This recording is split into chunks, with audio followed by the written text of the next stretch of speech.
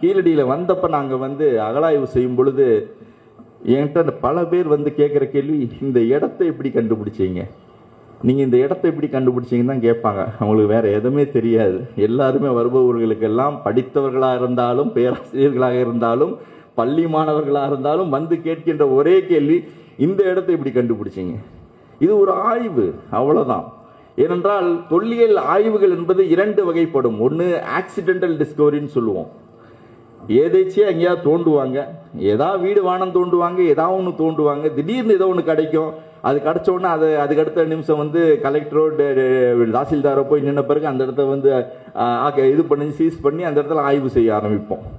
அப்படி ஆய்வு செஞ்சு கிடைக்கிறது தான் நம்முடைய பழம்பெருமை. ஏனென்றால் இதே மாதிரி தான் நாங்கள் கலாய்வு பண்ணும் பொழுது தேனூரில் 2009 ஒரு மரம் விழுந்துருச்சுன்னு அங்கே ஒரு சின்ன முட்டி கிடச்சிது. அந்த முட்டியில் ஒன்றும் இல்லை, தங்கம் இருந்தது. அந்த தங்கம் இருந்தது. தங்கம் கிடச்சது யாருக்குமே தெரியல. ஊர்க்காரங்க எடுத்துகிட்டு போயிட்டாங்க.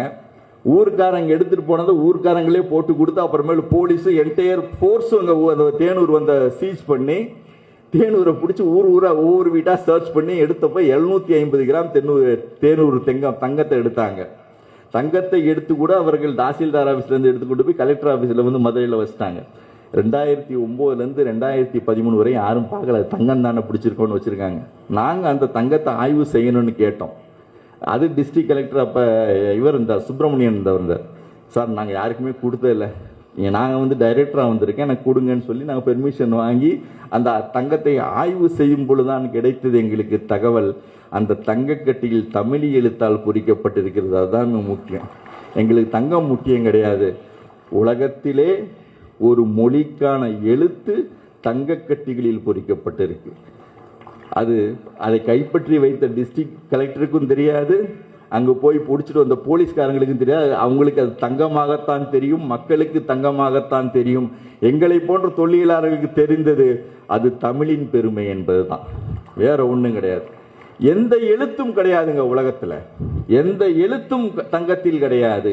ஆனால் தங்கக்கட்டியில் தன்னுடைய பெயர்களை எழுதி வைத்திருக்கான். போகுயி ஏ குன்றி கோதை என்ற ஒரு பெண்ணின் பெயரை எழுதியிருக்கான்.